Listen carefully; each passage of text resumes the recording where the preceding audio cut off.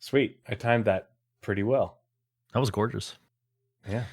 I do need to give myself a little bit more of a pause. I'll re-render that video to give it a little bit more fade to black, give me more time to switch it over. Yeah. Good. Well, it's afternoon for... Wait, no, Sulyce is Central Time. So yeah, you're at noon, and Tickles, you're Central, right? 1 o'clock. Nope, yeah. Oh, okay. Eastern. Okay. So good afternoon to you, gentlemen. Good afternoon. Good morning. Whatever it is for all y'all hanging out and chat and watching us. This is part 1 of a Veterans Day special Armchair Admirals and Generals podcast. And obviously yesterday was Veterans Day, but yesterday we were overindulging in food and drink and, having a good time and everything. I was spending time with family and friends.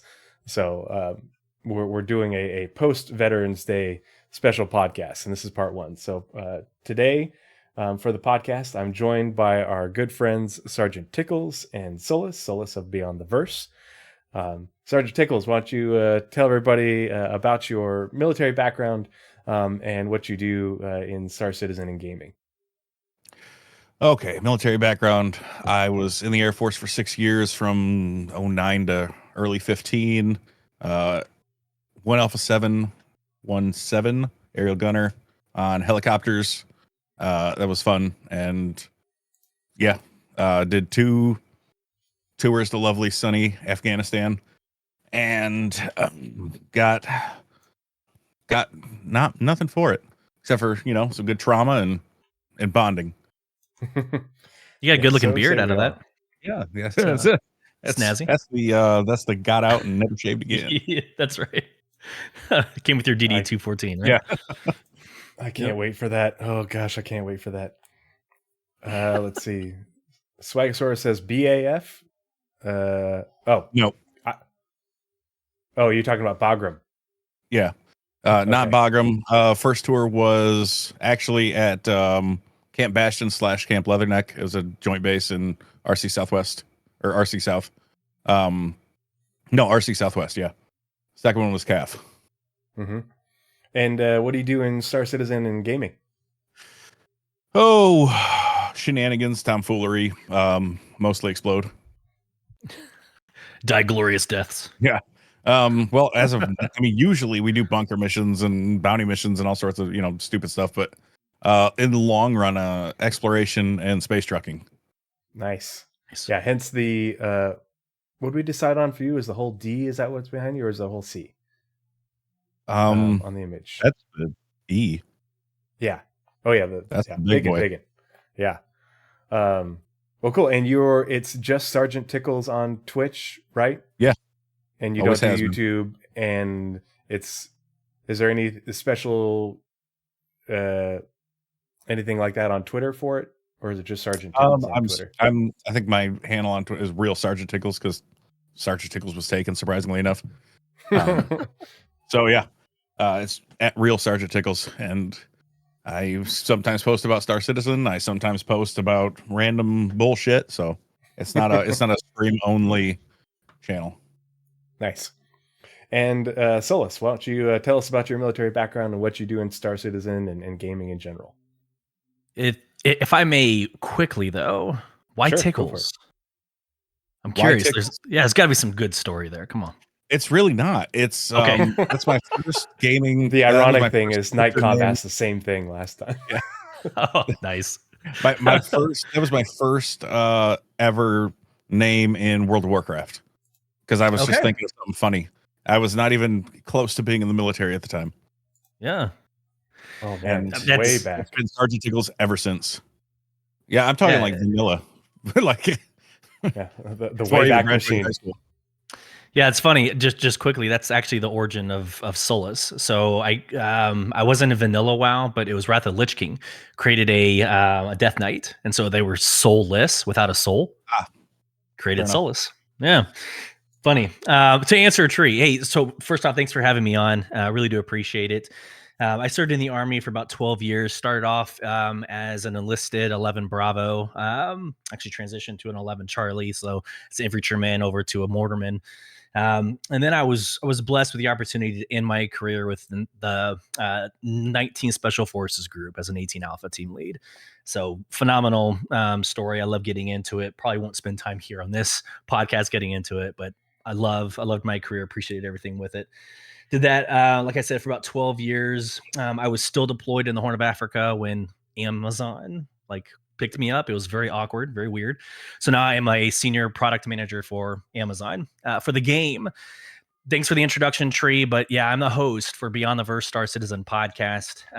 We're doing really well. We're about to have a really special guest on at the end of the month. That'll be exciting to tease. But yeah, anything like news, interviews with a lore twist is my brand. So again, thanks for having me on, Tree. And like I did the last time I was on, thank you for your continued service. It's one thing for me and Tickles to have served and are out, but you still serve, and I really do appreciate what you are doing, continuously doing for our country. Thank you. Glad to do it. It's a paid hobby at this point, as you can see. Yeah.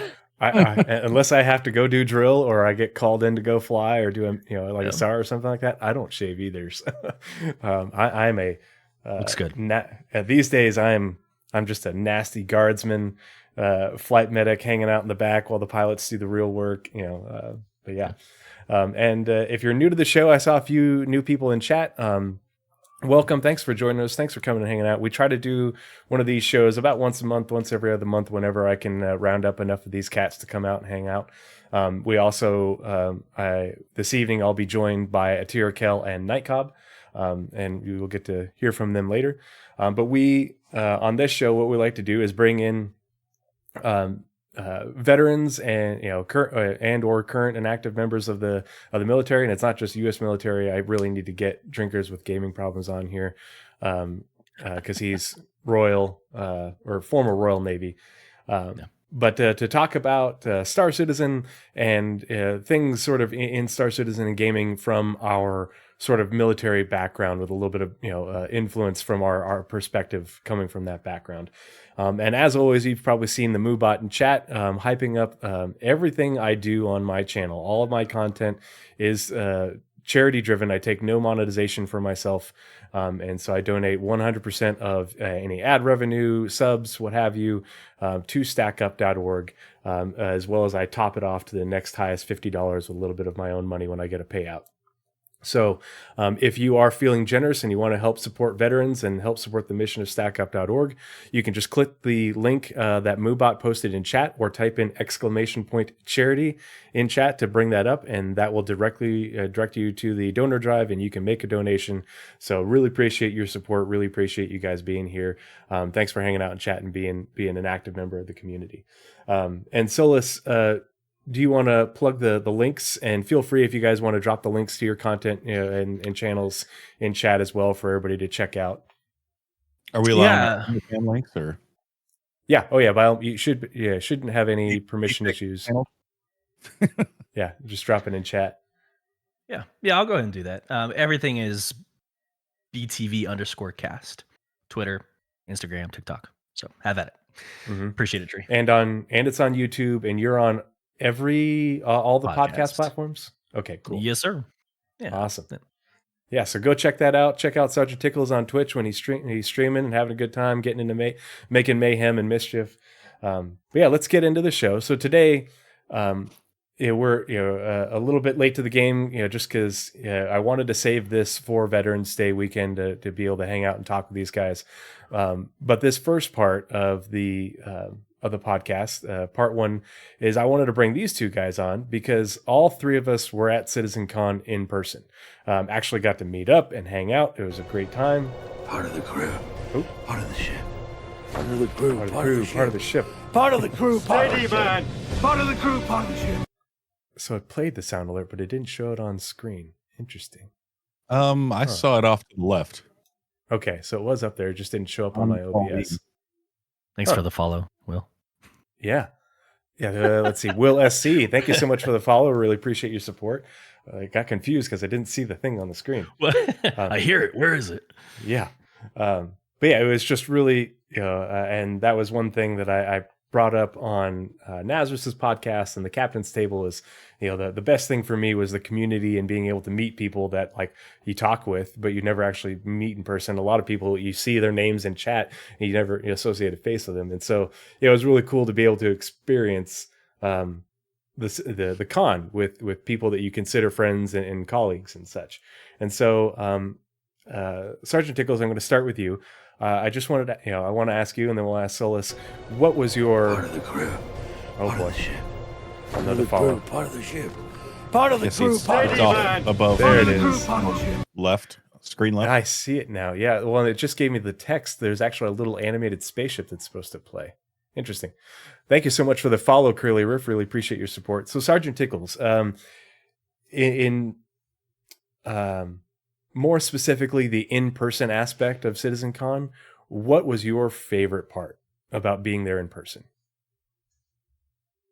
Gosh, just meeting with people that I've met online, a billion times, but never seen in person.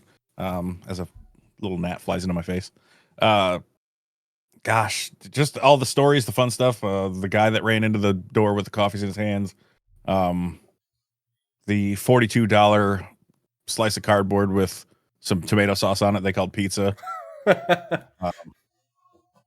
it was better than an MRE pizza. Come on now. No, No? it was terrible. I went straight for the in-lore food.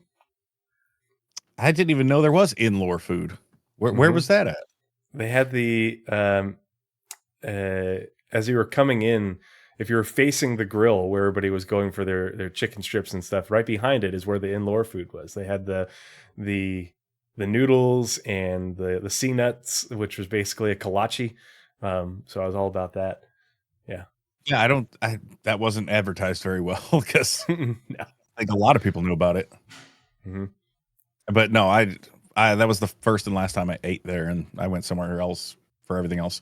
But just like I said, just meeting up with folks and talking with folks in line, because you could watch the whole damn thing on Twitch, or YouTube later. You can see all the presentations, but being a part of it is just cool. And like I said, it's the whole social aspect of the whole reason you go is to meet up with people, not to see the convention. Yeah, the presentations, what we saw on the screen and with the people talking really wasn't anything that anyone else saw differently on live, watching it live or watching it after the fact. Oh, if you hear my kid screaming in the background, he's downstairs doing his thing. You couldn't, you can't experience the bass. No. Yeah, that was obnoxious. Yeah. It's like, wow, I can feel that in my sternum.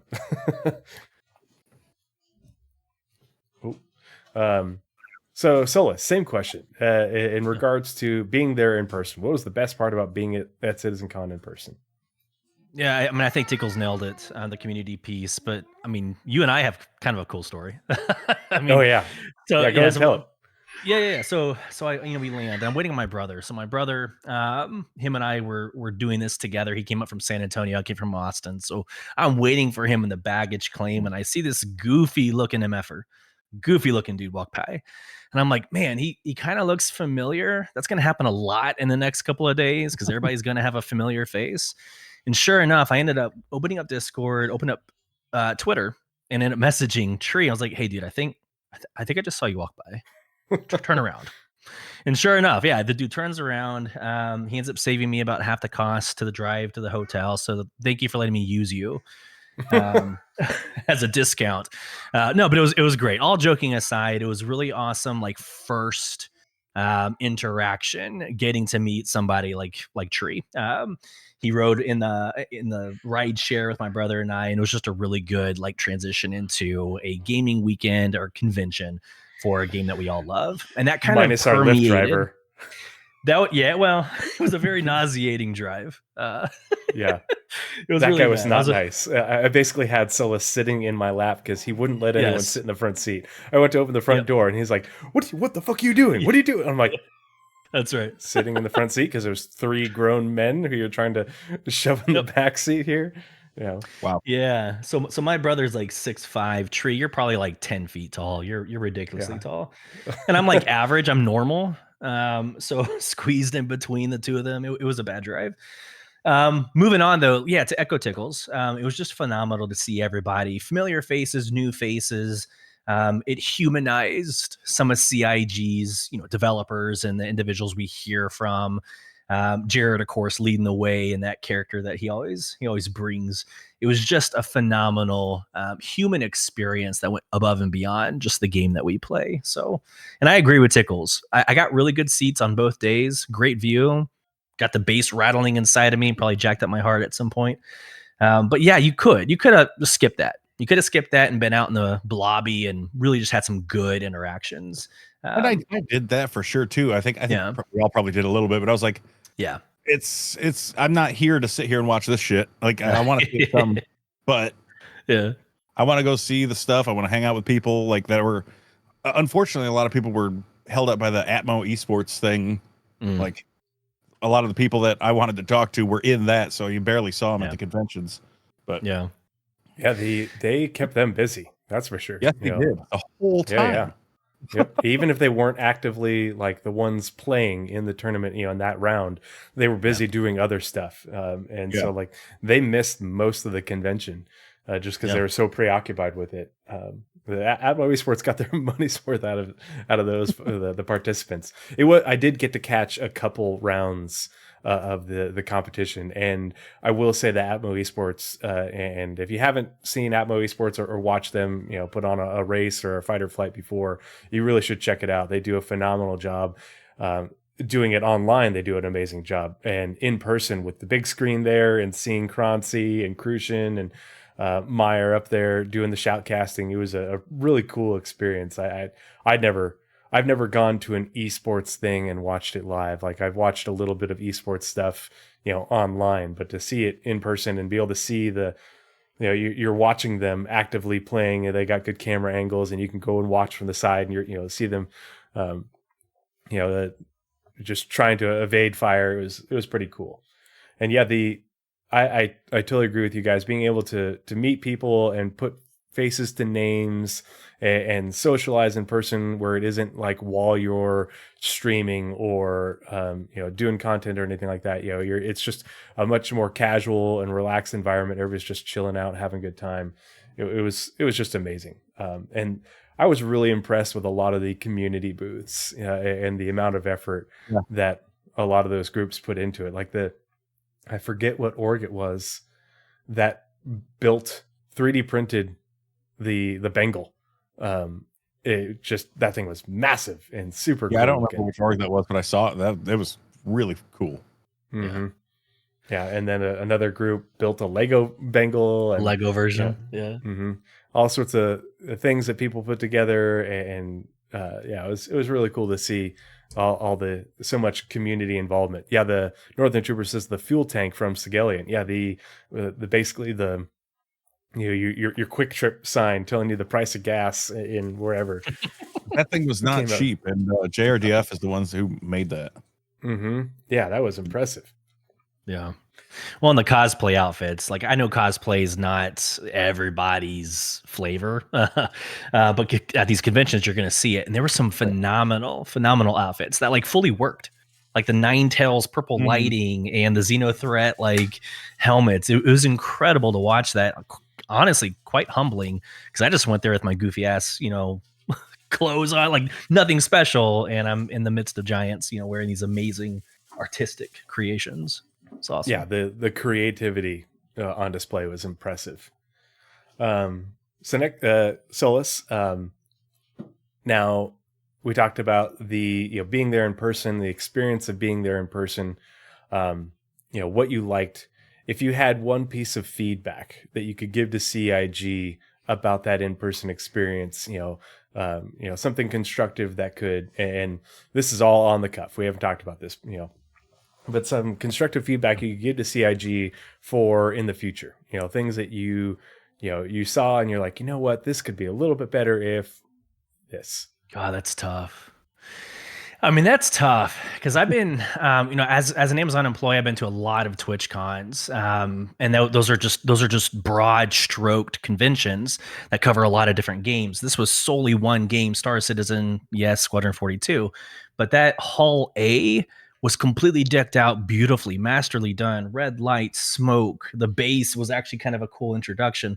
It's very hard for me to find like one thing. My one of my favorite memories was actually the after party. So, if you had a premium access ticket, you were able to go to this after party, and the interaction. And I know this is not scalable. I get it. But that after party conversations we had with the CIG employees, that is irreplaceable. That made the entire weekend for my brother and I. If there is some way they were able to replicate or emulate that for everybody else, the other 3,000 people that were there, that is, I don't know how, don't have the solution, but that would be an amazing thing that they do going into next CitizenCon. Somehow, some way, have these developers more integrated in the conversation, in the experience for all 3,000. And again, that's a huge ask. I get it. Mm-hmm. And I think you bring up a good point, because like they did have some of the devs coming in and hanging out in I forget what they called the social area that was in front of where all the computers were, but they didn't they didn't post, if there was one, I missed it, but they didn't post a schedule of like, hey, at this time, these teams will be out here and you can go ask them questions and such. Because like when I was out there and I did see some of them, there were very few, not a lot of people. I mean, there were a couple dozen, but it wasn't a lot of people interacting with the devs out there. And I think that if they had made that a little bit more publicly known, that maybe they could have. I feel if they would have been that publicly known, it would have been a fucking nightmare. Yeah. You wouldn't be able to get to them. You wouldn't be able to talk to them at all. Right there at the end of day one, there was some of the ship team out there, and Jared was doing a meet and greet. Yeah, and he was actually like, the line wasn't moving very fast, and it wasn't very long either, but he was actually taking time to talk to people, not just like find something, send them away. He'd talk to him for a few minutes, and and then next person. So, and then I think it was just half the thing is people only know people who are on their shows often, right? Yeah. So when they do, there's only of course I'm forgetting his name right now, but the head ship guy, right? People know him, they see his face all the time. So people don't know the other teams or the other people, so they're not swarming them. I was sitting at a table where there was two devs, and they were sitting talking, and it was, when I say at a table, I mean it was those little round ones they had in that little meetup area, and they were talking about how no one even knew who they were. I knew who they were because they've been on like once here and there, but I wasn't bugging people, so I didn't want to pick their brains per se. But I mean, how would you feel if someone wanted to come and talk about your work? You're like, oh, okay. But and I don't think them being static is the answer to that exact point. I think you're nailing it, Tickles. Yeah. But I think like the line to the store was so long. It took you like 45 minutes to get through the line to the store. Merch. Yeah. Yeah, the merch store. I think it would have been great for these quote unquote, this is going to be insulting, quote unquote lesser known developers walk up and down the line. Hey, I'm so and so. I work on this team. How are you doing? How are you feeling? What are XYZ thoughts? Yeah, that would be great. Something like that. Yeah. Or it's have a bigger store area, first of all. Oh, geez, yes. We're gonna want the merch. We have 3 people checking people out. Yes. And they had that giant empty spot right there next to it. They could have had like 15 people working the line. And I think it was only volunteers that was running the store. I think so too. And they had 3 people working it at most, and there was nearly 3,000 people in attendance. Yeah. And it's there that wasn't a great use of space, because like you said, there was a lot of room for the line to snake around, but otherwise there wasn't much use of the space over there. I like your idea too, Sulyce, about having the devs walk the line. I mean, forget hold the line. Walk the line. Yeah. And it's one of those things where, I mean, obviously they can't force them to do it, but I'm sure they do encourage it, but maybe to have a little bit more structure of they had the schedule in the bag, but most people didn't hardly look at the stuff in the goodie bag. They just wore it on their back the entire time. And to have it be a little bit more, especially like maybe up on a screen or a big old printout thing that as you walk in, especially if you're walking into that area, to say, oh, okay, at this time these people were here, and put the names, or you could have it on put it on like a TV screen and have it be a rolling thing. So at this time, here's these people, here are their pictures, this is what they look like, here are their names, and this is the team that they work on. Because like you said, Sgt Tickles, you a lot of the people, you don't know their names, and you only see a couple of their faces for short periods of time. And so to help you introduce those people, because like when I'm off duty and not working, I generally don't want to talk about work. But Yeah. I did The thing is that find we're working, so and then Yeah. their job was to talk about work yeah, at the time. and the one thing that I noted in all the devs that I talked to is they did want to talk about their work because they're Yeah. really passionate about it, and I barely had to say anything. I asked I would ask a question, and then they would just go, and then all of a sudden they'd circle back and be like, I don't remember what your original question was. I was like, no, that was amazing. I really appreciate that. That was awesome. Because not only do you get to you hear what they have to say about those things, but you also get to experience their passion for it firsthand. And it just, I like with the UI team, they were just super shy. But once you got them out of their shells and expressed to them that I really like your work, I really appreciate what you guys are doing, please tell me more. Boom! It was, you turned on, open up the tap, to open up the floodgates, and they were just going.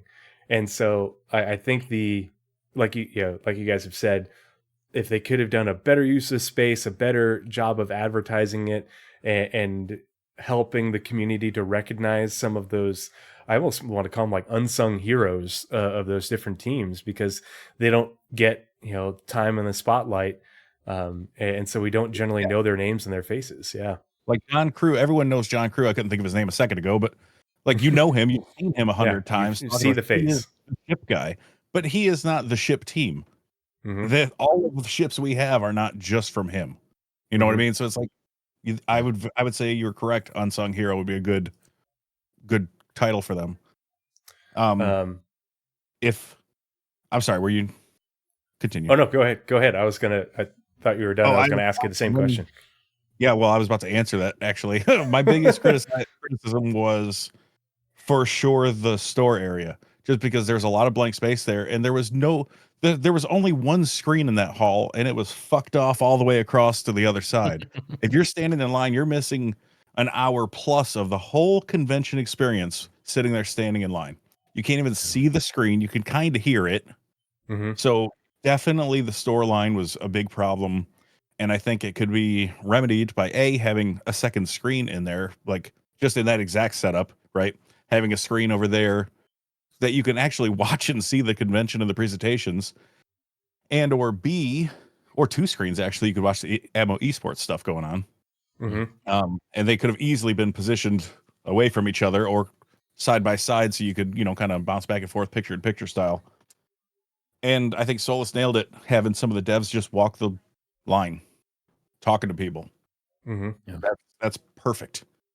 That would have solved the entire shitty situation of the merch line. And make better pizza. Yeah. They could have walked two lines. Honestly, the pyro line was crazy long at times. Oh, and the merch, yeah, that's fair. Well, it was my fault for eating convention food. First of all, let's be I brought the MREs, but dude, we had a guy. He actually, ETH brought. They rented a house and he grilled up steak, and he brought a bag full of food. He brought steak wraps, ribs. This motherfucker brought ribs wrapped up. So I didn't eat convention hall food. He's like, hey man, you want a steak wrap? I'm like, you smuggling in steak wraps? Like what? So, but yeah, no, those two big things. The fact that there was no screens and you were missing so much of the convention by standing in line waiting for merch. That was a bad experience, I would say. If I have to think of a negative experience to judge them on, that's the big one. So real quick, I'm going to put on my Amazon hat and I'm going to go nerdy real quick. I would take the data. And say how many people wanted to buy just the exclusive merch, and I would bundle that and I would be proactive selling it like at a baseball game. Like, all right, who wants the merch pack? Who wants the merch pack? Here's the bundle, and take the store out. And if you wanted anything, take that outside of the store and walk the convention. And then if you wanted something over and above that you could just buy off of, the website, you could go to a one-stop shop and go buy it, but find somebody who's walking around with the bundle pack. Here's what you can only get, here at this location. And maybe something like pack, that. Like just the t-shirt. I know so many people that wanted the t-shirt. Yeah. Mm-hmm. Yep. That's all I wanted. When I went through the line, I ended up buying a hoodie too because it was cold as fuck in there. But I was dressed for outside. It was hot outside, but it was cold as hell in there. Yeah. But I think they did it just to sell hoodies, by the way. That's my conspiracy. They nailed it. No, I just wanted the t-shirt. The t-shirt I can't buy anywhere else. But no, I gotta wait in this crazy fucking line and miss all of whatever presentations happening at the time. Yeah. Mm-hmm. No, those are really good points. Yeah, I appreciate the feedback and well spoken. So, Sgt Tickles, we'll start with you on this next one. Favorite presentation from CitizenCon and why? Oh, I don't know that I can pick one. I have two that immediately come to mind. Sure, First of all, I think all three of us will be happy with this. Beards. Finally. When I yelled out beards and Sean gave that smirk to that was me. I yelled that out, and that motherfucker knew it was coming. But I mean, we all saw the Obi-Wan beard on that guy. So beards is immediately one that come to mind because we've been waiting on that little feature. But that kind of ties into hair as a whole. The hair was phenomenal. I have never seen, I guess, I don't know how to say this nicely, ethnic hair, if you want. Yeah. Dreads and fucking like cornrows. I've never seen them look so good in a game ever. Yeah. Ever. Mm-hmm. I mean, not just the coloring stuff is cool, but just the fact that they nailed certain stuff like that. Yeah. And gets that community, like, the Soul Citizens were losing their fucking minds. Mm-hmm. Right. So the hair, I think, was big all around, top and bottom. Yeah. And the hairstyles shows a level of attention to detail and appreciation for the inclusivity and representation that a lot of games just won't even touch because there's so much effort that goes into that. And they said they're not done. Like I talked to them afterwards. They're gonna do those the tight curly hair that is very African American and other people representative. And it's just it's not a matter of can they. It's with what they showed us, they can do it. It's just going to require more work and more testing to be able to get those curls. But with the vertices that they talked about, it's possible, and they'll be able to do that hair and either have it in all the regular hairstyles or do it like you said, in the dreads and the cornrows and all the other things like that. I think that's really great, and I know that there's a lot of people in the community that have been wanting that for a long time, and it's a big step in the right direction. Yeah. So if I that's one that was awesome, I think, to see for many aspects. Second one, for sure, base building. I lost my shit. I lost my shit when they announced that. Mm-hmm. So that's the other high point, I think. The Squadron 42 stuff was cool, but I think those two were definitely my high point. Yeah. Cool. Awesome. Yeah, I think for beards, what they need to do, don't want this to become that kind of podcast, but what they need to do is solve for like the character reset, because I don't know about y'all, but every time they reset characters, I just pick the first one. I don't care. I pick like you're going to be able to save your configuration. Good, because I'll probably spend like 30 minutes one time, but then the next time they reset the character, I'm like, it's not worth it. And I'm just gonna move on. I don't know if there's going to be a file like your configs for your joysticks or whatever. Yeah. But they are going to make it so that you could make your character and save that in some way, shape, or form. Sweet. So for character resets, you just load the file and call it a day. It'll be part of. So they started the work in like September or August, the online services team, of refactoring the character creator to prepare it for the new creator, to allow for it to persist between patches on long-term persistence within the entity graph.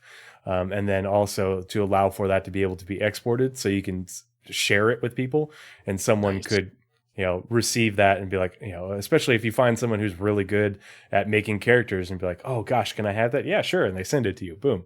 But yeah, that work has already started. So that's something definitely to be excited about.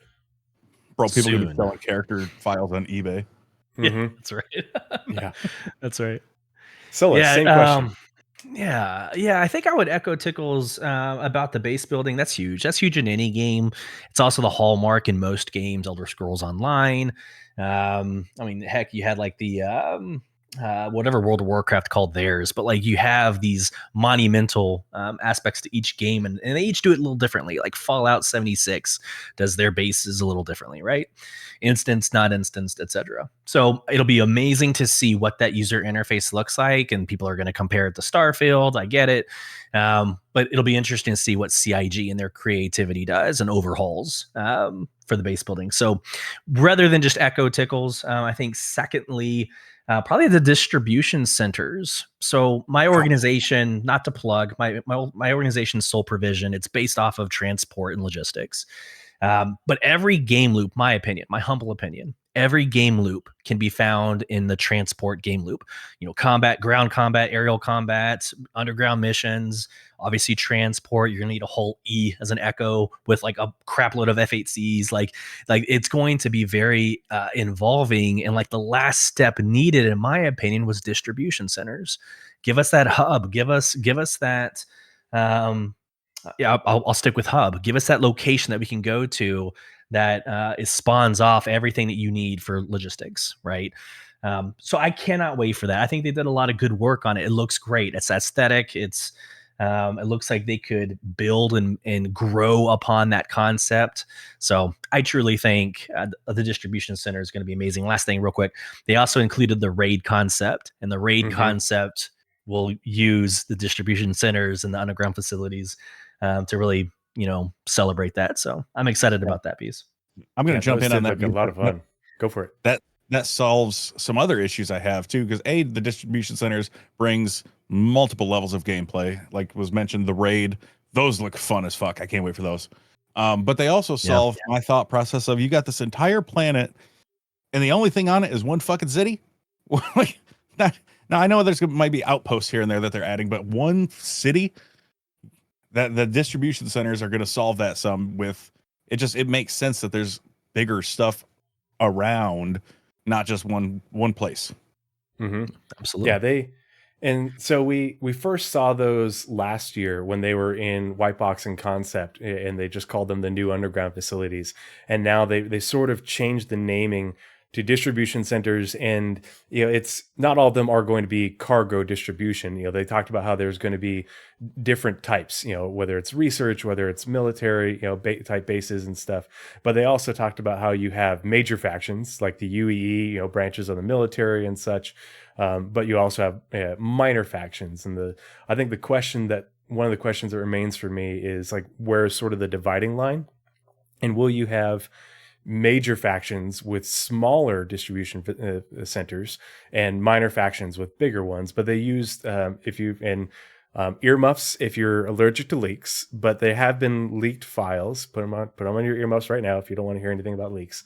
But these distribution centers are already showing up in the game files in 321.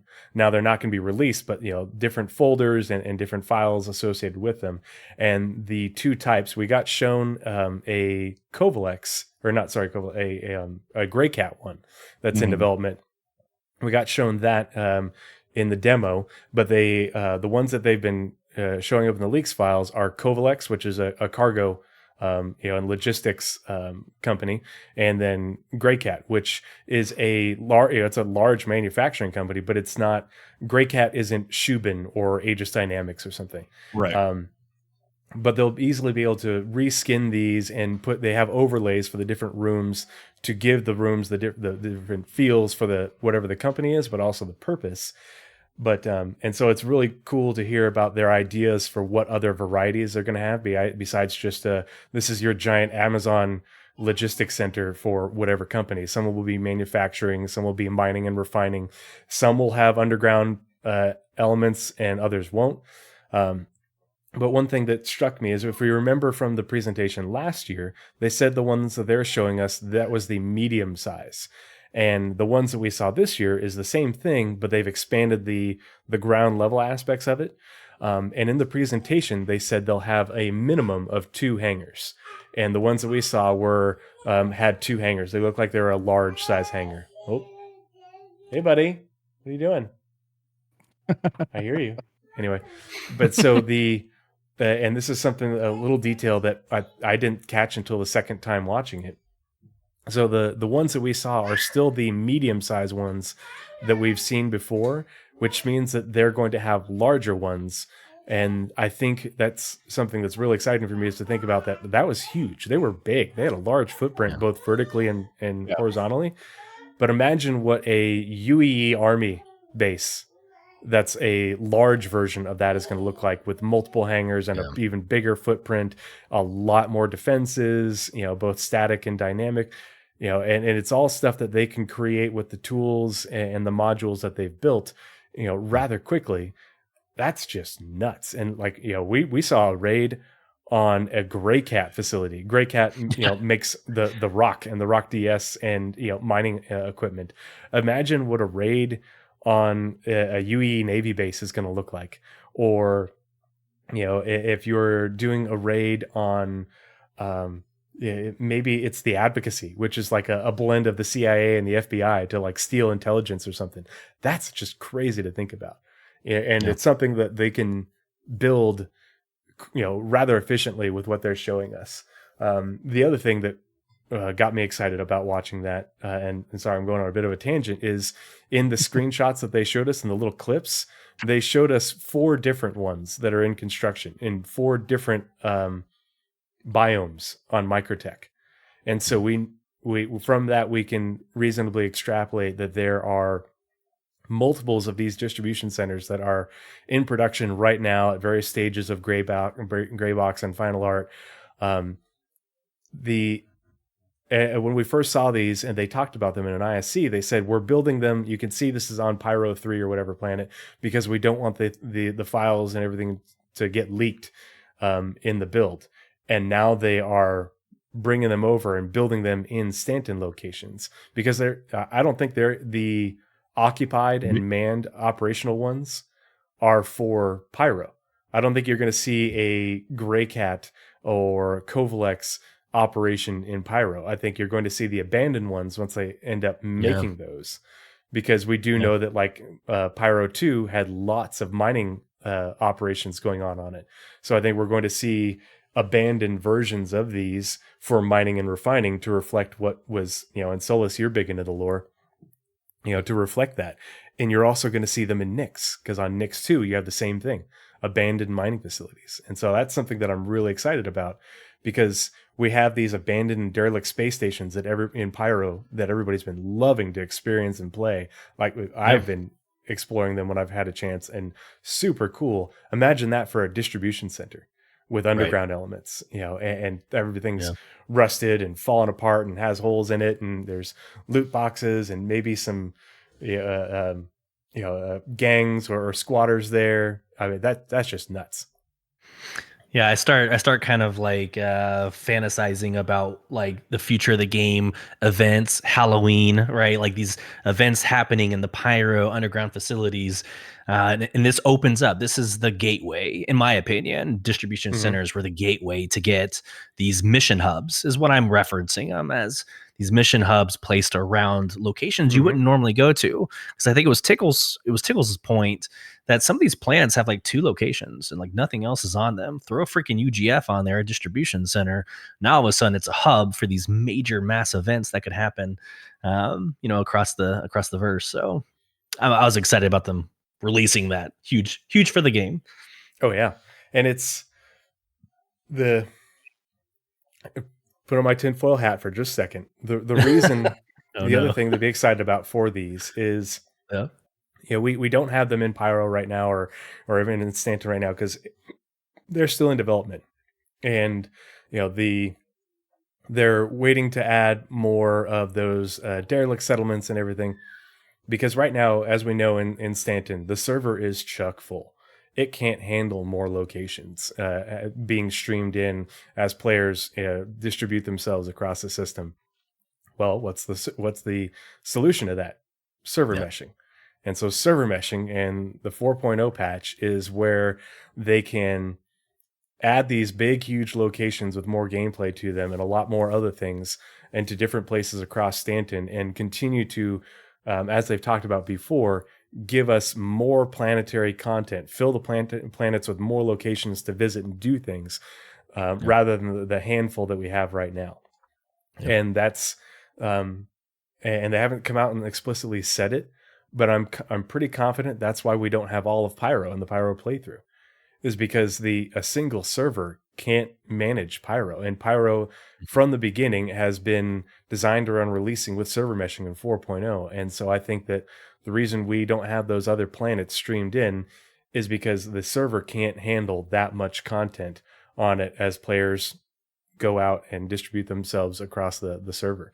But once the server, we have 2 servers managing Pyro or 2 servers managing Stanton, they can not only add in those extra areas, because Pyro does have 6 planets, well, 5 planets and a planetoid and some moons, but then a lot of stations and a lot of settlements and outposts, and Stanton is going to have more of these big facilities on them. And so we're going to get with server meshing, even in this first iteration, it seems like they're shooting for a next step in content density, which I think is something to be excited about. Not having to fly around from planet to planet too much, but be able to stay within a location with the new master modes. Oh gosh, please give. So yeah. So Sulyce, and you talked about the things that you were most, the panels you were most excited about, the things you liked the most. Inverse, which one did you like the least? Which one didn't strike a chord with you as much as others? I think, I don't know, I'm going to insult a lot of my listeners. Navigation, like, here's the deal. The bar was so low for navigation. They didn't have it, didn't exist. And what they do have, it is not 2023 navigation and gameplay, right? Can't pin anything, can't, go wherever you want to. It has to be like through orbital markers that sometimes, actually most of the time, don't work. So for me, like when they went into it, I was excited about it, whatever. It needs fixing. But I knew the bar was low. It wouldn't take much to make me happy there. Just give me something. Like, I don't know, give me some capability. I think it looks good. I think the functionality looks great. It's the integration and then moving things off, screen where it's better laid out in your overlay. Look, I get it. That's very exciting, but that bar is so low. It is atrocious right now. We talked about it the last time you had me on, Tree. We talked about land navigation and how there's a lack of land navigation. Well, they introduced it. We're going to be able to map coordinates and be able to see where we're going in dust storms and snowstorms. Okay, great. You can do that in most games. So, so I think beg for a fucking compass. Yeah, right. Yeah, right. Right. So, asking for a fucking of course I'm going to forget it. But a proper altimeter. not to the fucking sea level. Yeah. An actual altimeter that measures to the ground. A rad alt, please and thank you. Yeah, radar altimeter. Give me my AGL. I don't care about MSL when I'm doing low flying in my Valkyrie. I'm not caring about the level of the ocean that's 100 kilometers away. And side of a mountain. Yeah. Yeah. Yeah. Sorry, so I interrupted, but that's it's perfect. Good point. Basic ass things. Yep, absolutely. So I'll just wrap up by saying like CitizenCon is the opportunity to show like future, not necessarily where we should be right now. Navigation. It should show us like where we should, next year, the next 3 or 5 years. And just seeing navigation was like, yeah, that needs to happen like yesterday. Moving on, let's go to the next topic, right? So it's a good question. No, you bring up a good point, because it was like, you said it perfectly. The bar has been so low for us for so long. Anything is better than what we had before. And I think 100%. That, what they showed us is great in terms of this is a great new foundation, but there's still a lot of integrated features at every level, whether you're in your ship or on foot, that are going to need to be added to bring it to a level of usability to be on par with other games. But I do like the aesthetic, and I like the fact that they built one system and it's used across the entire spectrum. And so it's easier for them to maintain. It's easier for us to use because you're not having to mess around with multiple different systems. But there are a bunch more usability features that, like, when you and I talked in a previous episode for doing navigation, especially on foot, that are going to need to come. And I imagine they probably are in the works because they've talked about them in the monthly reports, but haven't shown it to us yet. They give us a good big picture view and a good view of the aesthetic of it, but there are more usability features that we're going to need, and we're going to need more detail on how this works and how we interact with it. I think I've got a little thought process on this.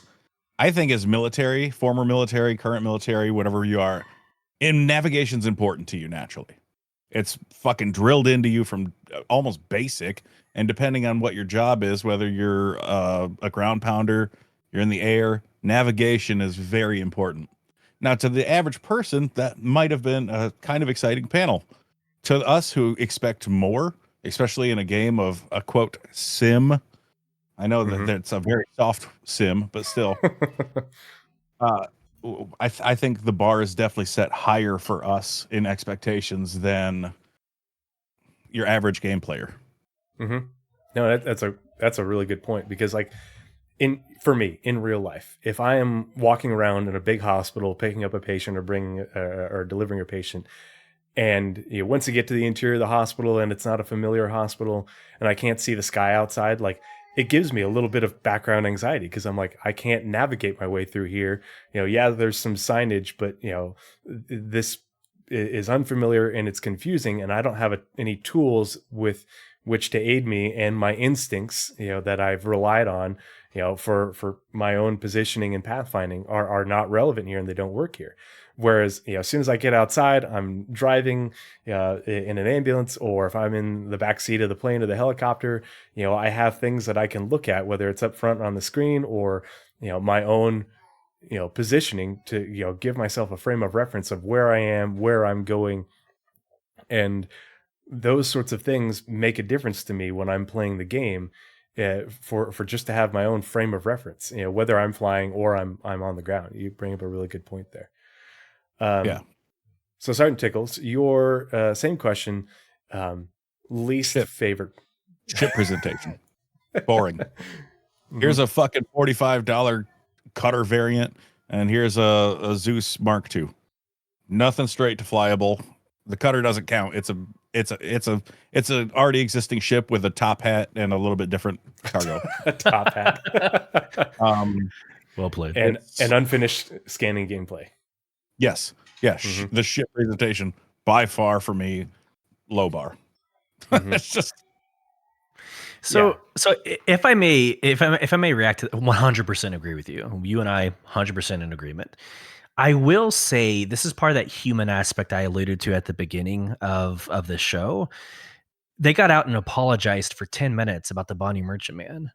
And like, I don't know, I put a lot of stock in that. Like, as a human being, as a player, as somebody who understands the gaming community, being with Amazon Game Studios, like it takes a lot to come out and just apologize professionally regardless, but to come out and say, look, here's the deal. Here's why I got sidelined. Here's kind of what we're doing to accommodate. And here's like next steps from attrition and retention. I appreciated that. I think that spoke to me more than probably a lot of other things that came out in CitizenCon, where the content, I agree with Tickles, sucked. Like I could care less about the cutter. It's one of my least favorite ships. I appreciate them as humans coming out and saying, man, shit was fucked, and this is what we did about it. And I'm pretty sure next year is going to look a lot better. Stay with us. You know what I mean? Definitely not mad at that part. That was yeah. But the whole cutter and like there was an unreleased scanning gameplay. Cool. Here's a ship, and you still can't use it.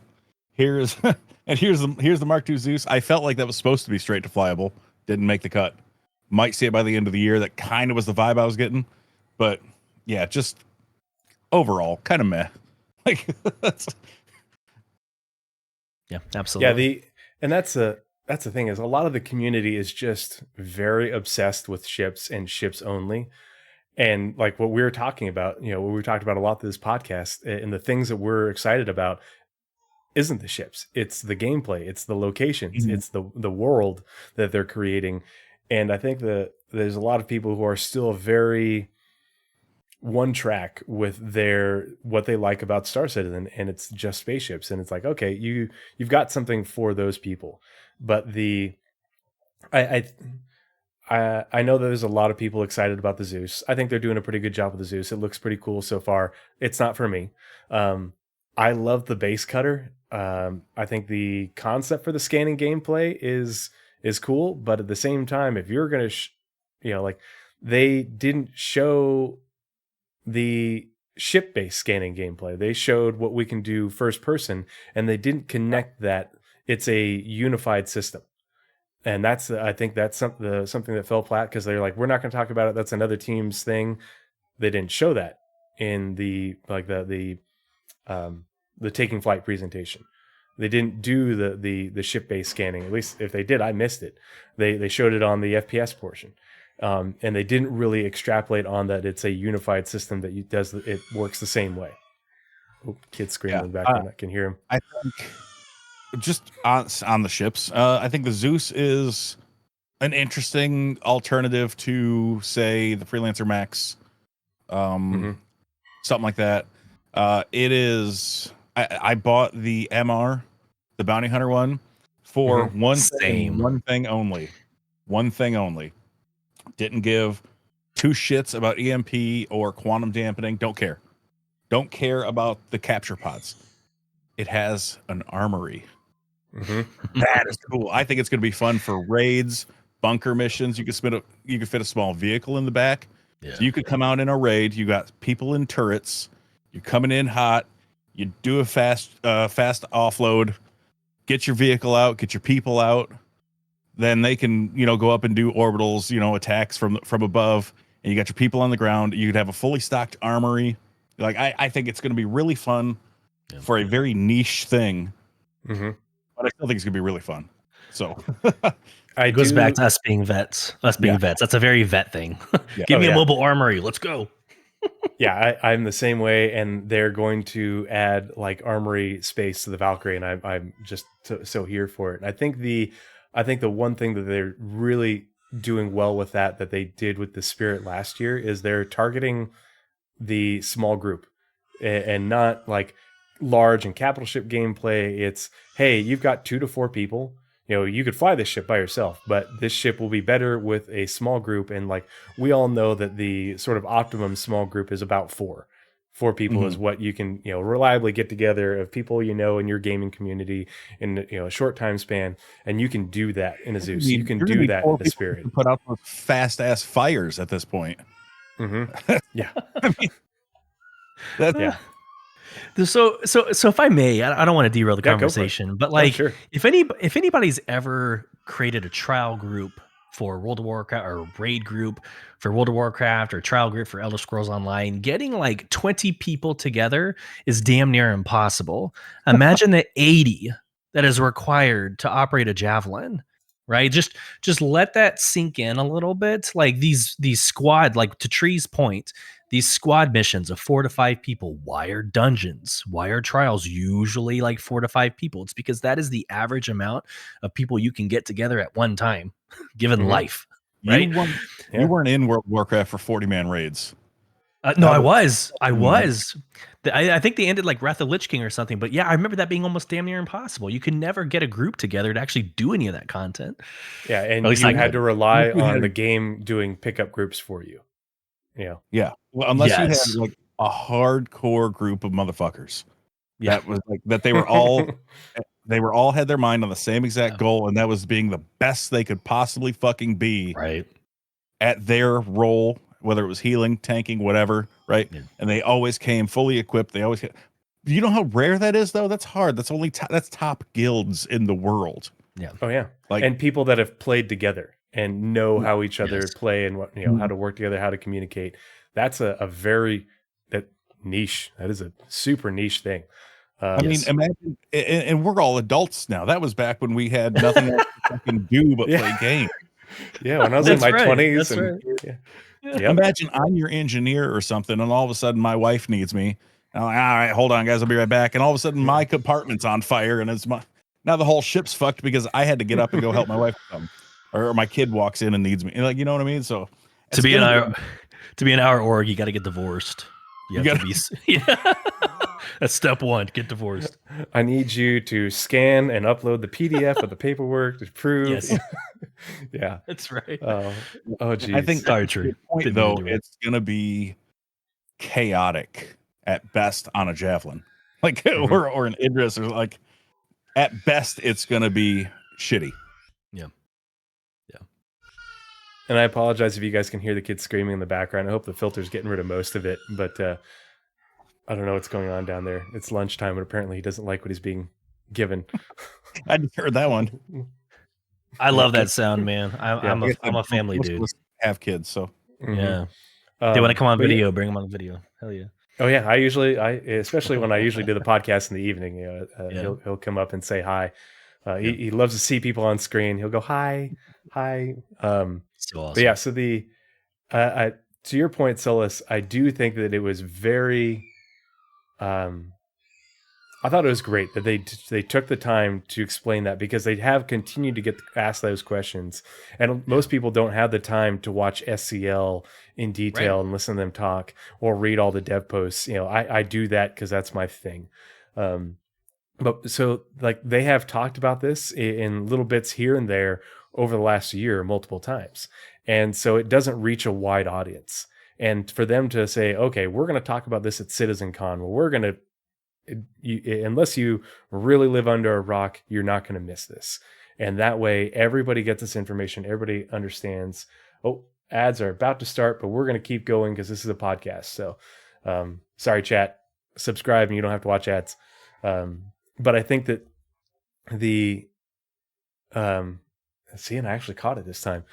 But I think that was a really good thing for them to do, to be open, you know, because they are talking about open development, and I think that goes a long way towards, you know, building and maintaining trust, and I think that was worth the time. I incorporating that into what they said with the vehicle pipeline and where they're going, because like you said, you know, this is what happened, this is how we're recovering and building. I'm not going to say it that way. How we're going to do better in the future, how we're going to continue to grow in the future. I thought that was pretty awesome to say, you know, this is what happened, but here's where we are now. You know, we got down to 14 people, and now we have 28, and that's the 28 that they're at right now, and they're continuing to grow. That's one little tidbit that they mentioned they talked about the growth of the Montreal vehicle team. And when they first talked about that at SCL at Invictus Launch Week, they also mentioned that they're going to be adding 2 more teams to the EU vehicle content team. So we're probably, you know, in the next year and some change, we're probably going to see that number of 28 growing into the high 30s or whatever. And that's what's really important for the confidence in us, for them to be able to tackle the backlog, that they're committed to this. Go for it, bud. Oh, I was just going to address before I ADHD it away. Chats, you know, we're discussing crewing vehicles and stuff, and NPCs, and NPCs are going to be viable maybe someday, right? But it got me thinking about, apparently we have the NPCs from Squadron 42 in right now. That's in PTU. They're there. But yeah, we have some of the combat AI. Yeah, did anyone think that they were going to be more than just like walking around and cowering when someone gets their tractor beam out? Yeah, like, there's really all they do right now. Yeah, they're not standing on so I'll give them that, but like I kind of expected a little bit more. Yeah, maybe. They're still and the big thing with that is so they have made them more lightweight in that they are less resilient to server performance, but it's more resilient. They're not, or more resistant to, you know, poor server performance. But it's not a complete fix. If the server's still single digit FPS, it's, you know, it is what it is. Okay, sweet. They're going to execute this new behavior 5 seconds later, that, you know, and so we're not going to, everybody, NPCs, yes, eventually when we get to dynamic server meshing, but we're not going to have reliable NPC everything up. Mm-hmm. Yeah, we're not going to have reliable, NPC, walking around performance until we get to dynamic server meshing, let alone NPC crew. Yeah. So in the meantime, your people that you play with, the people you have fun with, that's what you need to rely on. And I think it's great that they are targeting that sort of gameplay and environment with ships like the Spirit and the Zeus, and especially because not only is it, that's what you can get together, and that's what Star Citizen is all about, is playing together with other people, cooperating and working together to achieve something that you couldn't do before. But it also is a much more affordable ship, to do that sort of thing and get, introduce that sort of gameplay than something that's larger and several hundreds of dollars versus, 100 and whatever it is. I think too, real quick on the NPC rate, I remember this from way back in the day, and I mean way back in the day. They said that the player to NPC ratio, or the NPC to player ratio, is going to be like 90-1 or some shit. Like it's going to be a crazy amount of NPCs filling the verse, making it feel full, like traffic. I'm talking, like actual ships, NPCs in ships and stuff. And I'm excited to see that someday because it'll make the universe feel alive. Right now, you see a random player every right once in a while, but it kind of feels like you're alone unless you bring people with you. Yep. So on that NPC front, and I know this is far and above, not on topic. I'm sorry, but no, all good. That's what it's a talk show. A big ratio. Yeah. But until that comes in, it feels empty as fuck still. And I feel like that's a big part of the game that's also missing at the moment, is just it doesn't feel alive and it doesn't feel vibrant. Which is going to exponentially get worse when Pyro comes out, because now you have two systems with like nothing. And Pyro's bigger. Pyro's 4 times bigger. Yeah. Yeah. And I'm not expecting a huge player cap increase with 4.0 and Pyro. Maybe in the patch following that, after they introduce it and see what happens. But in that first 4.0, we're not going to be getting hundreds of player servers. I'm not expecting that at all. If we get up to 200, I'll be happy. But that's basically 100 here, 100 there. Yeah, I think there's going to be pockets, right, where you can only have so many players. But I think server number is going to go away with server meshing. Because it doesn't make much sense to have, you only have 100 people in this universe total. The whole goal is to have one big server, if that makes any sense. Yeah. But I don't know how they're going to do that worldwide. Yeah. Well, we'll definitely get to regional shards, especially as they add more star systems and everything, and we get into dynamic server meshing. But yeah, I don't think we're going to be looking at so much a hard cap in terms of how many people can join and now you're in a queue, but it will be how well can they manage distributing players so that they don't all collect in one spot at one time, but are spread across the verse and having, like you said, pockets. So we're right about the 1 hour and 15 minute mark, and Sulyce is going to have to take his kid to soccer in a little bit. So I want to wrap this up with one last question for each of you, and it'll probably just sort of meld into one. We'll take about 10, 15 minutes to talk about it, and then I'll let you guys go. But Sgt Tickles, we'll start with you because I think we started with Sulyce on the last one. Based off of what you're expecting over the next year, basically from CitizenCon to CitizenCon 2024, what are you most excited about?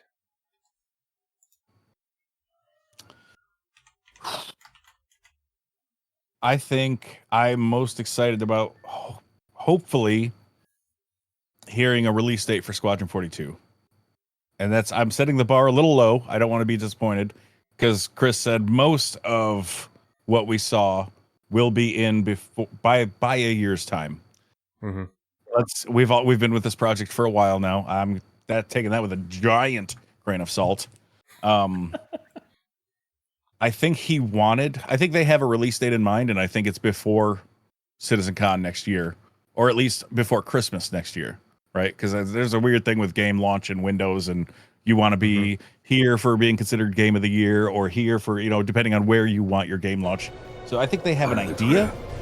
Chris definitely wanted to say a date, but Part of the crew, out of his own experience and smartness, he decided not to. So that gives me good confidence that the Squadron 42 might release within the year. And that opens up a whole lot of stuff that could come into our world in the greater SC verse, right? Over from Squadron 42, all those technologies. Because I mentioned to a couple people while they were showing this stuff, I'm like, some of these panels, this is like finisher shit, right? And this is before the Squadron 42 thing. It's like the hand actually hitting the panel to open the door. That's some polished bullshit. This isn't big technology they're coming out with. And then it turns out that it is finisher bullshit because they're in final polish. So the big thing for me is going to be Squadron 42 coming out, and A, because it's going to be fun, but B, because I think a lot of those feature teams can now work on the verse. Yep.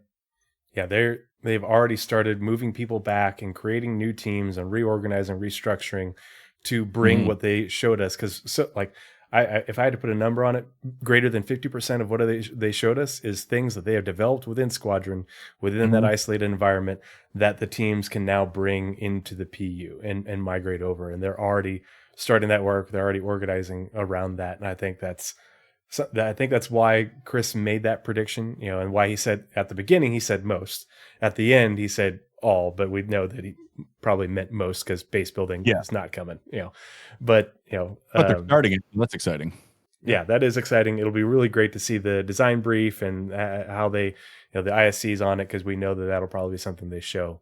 But yeah, that's a really good point.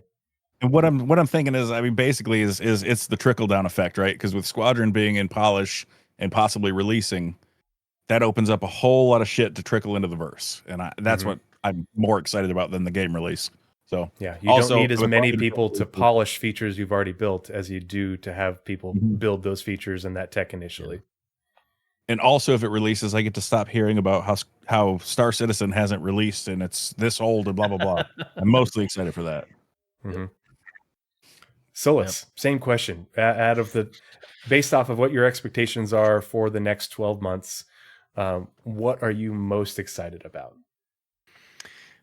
May I sort of respond to Tickles as well? Yeah, absolutely. Yes, I'm tinfoil hatting this, so bear with me. But since the inception, since the inception of my show back in March, I have said that Squadron 42 will be out in 2024, 42 backwards, right? They make the announcement in CitizenCon that they're entering final polish. Final polish for a AAA title is usually between 8 and 12 months. They've been in final polish for a couple of, if anything, weeks, but we know for a couple of months now. And the shit that they were showing us, to Sgt Tickles' point, what they were showing us, they're polishing like nitty gritty stuff at this point. It's not like they're having to overhaul with like Unreal Engine 5. They're not having to like recreate the wheel. This is the same company that shows us gray box stuff that looks better than most companies release. Yes, like the Outpost. 100%. They're like, this is a rough gray box, and you're like, yep, really? Yeah, so I think this year's CitizenCon was all things pyro. Next year's CitizenCon will be the celebration of Squadron 42. Everything will be Squadron 42, and it will be out before this time next year. All right, tinfoil hat off. I am most excited about hangars. I want my own personal hangar. I want to decorate my own shit. I have so much in my hangar, like the virtual hangar. I have so much there, like posters and trophies and coins. What are we doing with that right now? Absolutely nothing. I can see myself getting lost in like an hour's worth of gameplay, never leaving my hangar, never once. Like organizing and decorating. It's what I did in Elder Scrolls Online. I would spend an entire hour decorating my house. I can see doing that, having social parties, right? Some of us watching, some of us, Sgt Tickles is a streamer. I can see us having community events inside of our hangars. And I think that is going to be fun and exciting. The last thing I'll say, it also solves for my personal pet peeve of calling ships within ships. I don't want to go to a mining facility down on a planet in order to call a stupid, rover to get on a larger ship. Don't want to do it. But if I can do it in my own hangar, hell yes. I want to pull up inventory. I want to pull up a ground vehicle or ground asset and put that on my constellation. Like, absolutely, without having to have a 30-minute loop to do so. So I think that solves a lot of problems. I think it creates a really cool environment for, content creators and communities. I didn't want to give the typical like pyro. Can't wait for pyro. Whatever. Like we all are, but I think hangars is going to be a phenomenal introduction. I miss my hangar. I miss it. Yeah, that's right. The old days. I want my nice fancy hangar, and the ones when you could like spawn more bays and shit. Yep. I want that. Yeah, and absolutely. I think that's going to be fun. And I think hopefully that leads to org spaces, ? Right? That's something that we're hugely missing. A shared org hangar would be great. Yeah. Where you can all spawn your stuff together, right? Or something like that. Or you can share, you could put stuff in the org hangar. Like, hey, I've got a bunch of guns, right, from ground missions. Yeah. We'll stock up the org hangar with guns and stuff in a corner or whatever. I don't know, because they got like containers. I think they showed, the things don't just pop up. They come up in containers now on that hangar system. Well, great. Give me an org hangar where we can stock up our stuff. That would be really cool. And I think hopefully that's going to lead to that. Yeah, that's a huge quality of life thing. And I think a lot of people are glossing over the logistics benefit that is, because so like Ghost 1800 is in chat. And he's one of the people that I play with very frequently, especially doing the relic expeditions with Lore, which is the Astropub's organization. And we just go and we do settlements and outposts and do those missions, and then we look for the loot crates in order to find the artifacts, and we collect them. We hoard them. But what Ghost will do beforehand, is he makes party boxes. And he'll get one of those 2 SCU crates. I don't even know how he gets them, and puts in all the crews and rail guns and magazines and grenades and stuff in order to make, and has that ready to go in a ship. So that way, all we have to do is log in. We go to the hangar, and he's got the Valkyrie with the party box ready to go, and you just run in there, and we can be on mission in a matter of minutes. And that's one of the huge things that people complain about, is the amount of time it takes to get going. And if we've all set our spawn point at the same place, or we get organized beforehand, and someone like Ghost has done the logistics operations for your org or your group that you're playing with beforehand, especially if you spend a few minutes afterwards setting it up. Okay, now we can store this ship with a box on it, or you can store the box and then recall it. You can so quickly get into doing the gameplay that you want, and you don't have to, like when we play, we'll go do like 6-7 missions in a row, even more sometimes if we have the time. And not come back to the station unless something god awful happens and we need to repair the ship or refuel. That's it. And we're just doing mission after mission, and we've got a whole a whole cache of guns and magazines to restock as we lifting from one, go to the next. You go back into the ship, you wait till you're in cruise flight so you don't fall over, and everybody goes to the party box and rearms, and drops off their loot. You put your loot in your own inventory on the ship. But it's a really great system. And like what you're talking about, that goes so far to being able to make the gameplay that you want to do more efficient. And you don't have to wait for the whole group to get started doing that. Someone can do that on their own time on a Thursday evening to prep for the org event on Saturday afternoon. So that way we can make the best use of every Space Dad's time when I've got from 1 to 3 to play. And sweet, okay, I log on at 1 o'clock and we're legit playing before 1:05, 1:10. And I think that's I always say that, dude. You start off in Star Citizen, and if you want to play with other people, and this is without any pre-po work, right? It's just you gotta, God forbid it's a PTU with a fresh wipe. You gotta log in somewhere, even if everyone picks Hurston, right? Well, you gotta get to your damn ship, you gotta fly up to Everest, save your spawn, and then you got someone inevitably coming from ArcCorp for what I mean? Like, you can't follow instructions, and 30 minutes. Yeah. It's usually solid 30 minutes of just like, that's the beginning of every one of my streams, is like 15 to 30 minutes of getting everyone together before we can finally go do something. And They don't follow instructions. They don't get divorced. What is this? Yeah. I think you signed a document that is uploaded onto my Google Drive. I will show it to you on stream right now. This is the binding contract. So true, though. Yeah. Mm-hmm. No, and to Squadron 42, because you guys both talked about it. I totally agree. They have an internal date. They 100% have an internal date. Oh, yeah. I think that they are shooting for CitizenCon next year to do the release and, do a big old gameplay demo and a trailer, and, it's goes live today, and now you can start downloading it, something spectacular like that. Will they hit it? I don't know. I'm hopeful. I am optimistic about it, especially given that they've been in polishing and feature complete since like August, September. It didn't start when they announced it at CitizenCon. They'd been doing that for 2 months or so. Well, they filmed the feature complete video in Manchester at X date. Who knows when it was? But yeah, it's been done for a minute. And the other thing that makes me very excited about it is one of the devs who made that who made that video that we watched at the end of CitizenCon about Squadron 42. He made a tweet after, like 2 days afterwards, with some of the images from that video. And he said, here's some of the images of the locations that I've been using, or something like that, for a Squadron 42 trailer I'm working on. Working on is in present tense. And I retweeted it with the whole Super Troopers, Mother of God gif. And in very short order after me retweeting it, he deleted the tweet. So tinfoil hat. Oh, you should have just screenshotted that boy. Oh, I did. It's on my phone. I can. Yeah, I'll upload it to my Discord. But I do. When it's coming, I don't know. But I think we're going to see a release date trailer in the not too distant future, especially if they do it for December, and the holidays.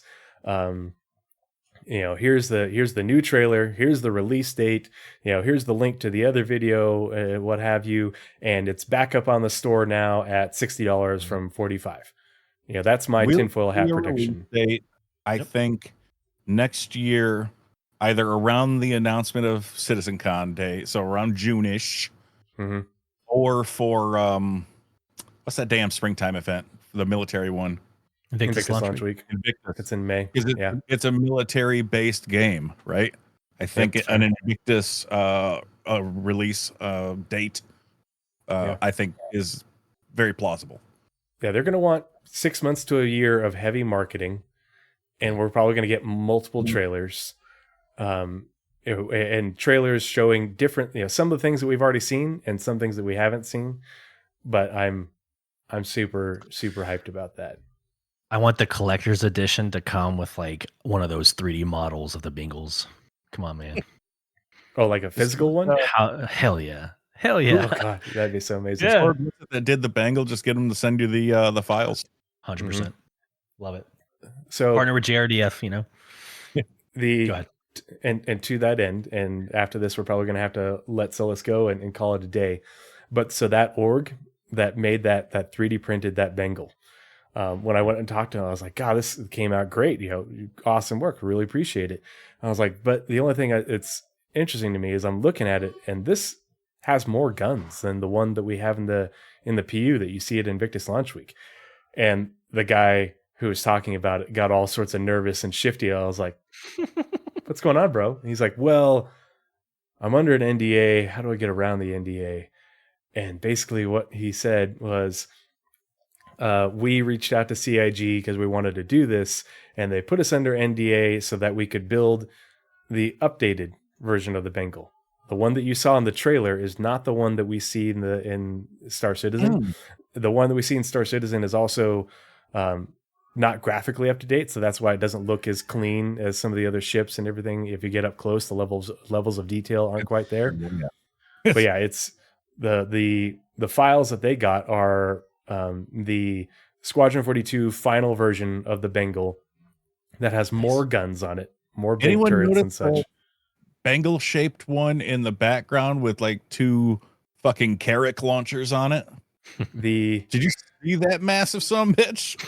It's a cruiser. So if you aren't familiar with Jail, and everybody in chat, look up Jail on YouTube, JALE, not jail as in you're going to jail. Did a great video. He and I and the Astropub talked about it a lot. But they're actually they show you a couple UI things up in the map of those ships with their names, and their names actually pop up in the lore. And the Integrity is one of those cruisers, and that's named as a cruiser in the lore. And so there's 2 of those, and then they also further back on the right, and then when the camera pans to the left, you see another one on the left. There's an escort carrier as well, and both of those we saw in the Squadron 42 leak from last year. And those are also 2 of these stretch goals. There's the escort carrier, the cruiser, and the battle cruiser. So something to be excited about. Yeah, dude, I saw those. I was like, what the fuck is that thing? Yeah. And those weren't in the trailer that we saw years ago. Those are that same we've seen that same shot before in the trailer before, and those weren't there. And so those are new additions. But yeah, so very exciting stuff. Got to wrap it up because Sulyce has to get his kid to soccer. I just want to say big thanks to both of you guys for coming on the show and hanging out with me and talking CitizenCon and Star Citizen. Love chatting with you guys. Really appreciate the support. Thank you everyone in chat for coming and hanging out with us and talking Star Citizen. Appreciate seeing everybody active in chat. Sorry I didn't interact with you guys as much, but been talking with the guests, but love seeing you guys. Really appreciate your support and surviving the ads, because the ad revenue goes to stackup.org. We've got 43 people watching right now, which is just great. So really love seeing it. Go check out both of these folks on their content. Give them a follow and a subscribe. Go say hi to them on Twitter, because we don't call it X in this house. Fuck that shit. And just a reminder to everybody, I will be back on. Part of the crew. Thank you for the follow. Part of the ship. Part of the crew. Part of the ship. Part of the crew. Part of the ship. Part of the crew. Part of the crew. Part of the ship. So I will be back on at 8 p.m. Eastern, 6 p.m. my time. Part of the ship. I can't mute that. Part of the crew. Part of the ship. Part of the crew. Talk through it. You got this. Part of the crew. You got part this. of the ship. There we go. I can mute it that way. I love All right, that does archaeology. it. Oh, that's how you do it. I love the smell of archaeology I in can the mute that on my evening. Stream Deck Plus. But I'll be back on at 8 p.m. Eastern with Atira and Atira Kell and Night Cobb, who you know from the podcast. We'll be talking much of the same stuff, getting their thoughts and opinions. say we all. But really appreciate everybody's support. Thanks for the follows. Thanks for coming in and hanging out. This will be uploaded on YouTube, on my YouTube over the next week, so you can check it out there. But thank you so much for your support. Thanks, guys, for coming and hanging out. I will talk to you guys later. Cheers. Happy Veterans Day. Oh yeah, To y'all as well. And we need to raid. I'm going to raid somebody. I need a raid. Let's see. Who's playing Star Citizen? We're going to raid Jake. We're going to go send Jake some love. Let's get it. All right, starting the raid. Everybody go say hi to Jake. Give Jake big virtual hugs. Beautiful. Almost there. And rating now. Send it. Stop blowing holes in my ship.